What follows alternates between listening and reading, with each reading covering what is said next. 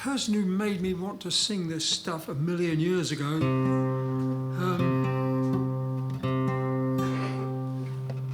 I was asked by a fellow called Roy Guest, who you just saw on he was the Waterson's agent at one time. He was the bloke with the big glasses. And he asked me to go along with him to what was then known as the Ballads and Blues. It was the forerunner of the Singers Club. And it was around about 1958. And the fact that, somebody, that Roy, who I looked up to like mad, I was 17 or 18, I was 17, meant I had to go with him. And then he told me why he'd asked me, and it was clear that he was quite convinced, because Ewan MacColl had he had a reputation for being short-tempered and smacking someone in the mouth if they did something that displeased him. And whether that was true or not, I don't think it was, actually. He could talk someone to death, but he was pretty good at it, I must say. But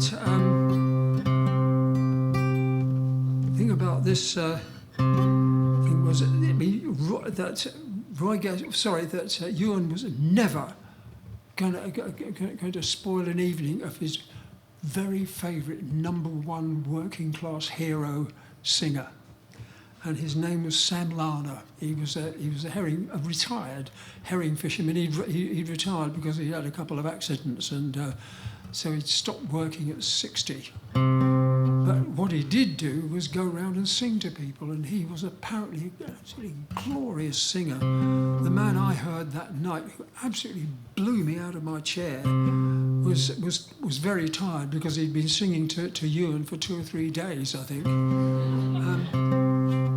And Ewan didn't sing a single song that night.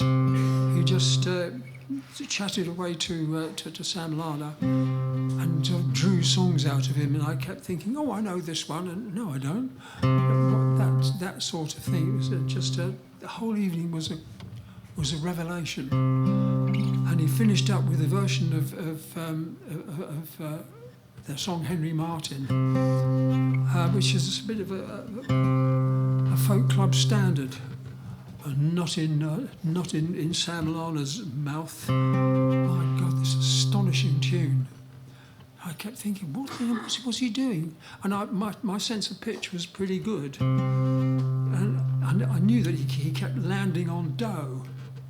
How the bloody hell's he getting there? Where's he been? What? 6 verses and at least 3 tunes, maybe 4. I mean, it was just an astonishing thing, and I walked away, walking on air, having heard this wonderful man. And that was, I'm going to do that. That was all I could think. What I wasn't taking into consideration was that I wasn't going to do it until I could play it, because the reason I'd started singing on the folk scene was because I could play the guitar, because that's what I'd fallen in love with. I fell in love with the songs later on, not that much later on, but I had a great teacher, Sam Larner. Here it is.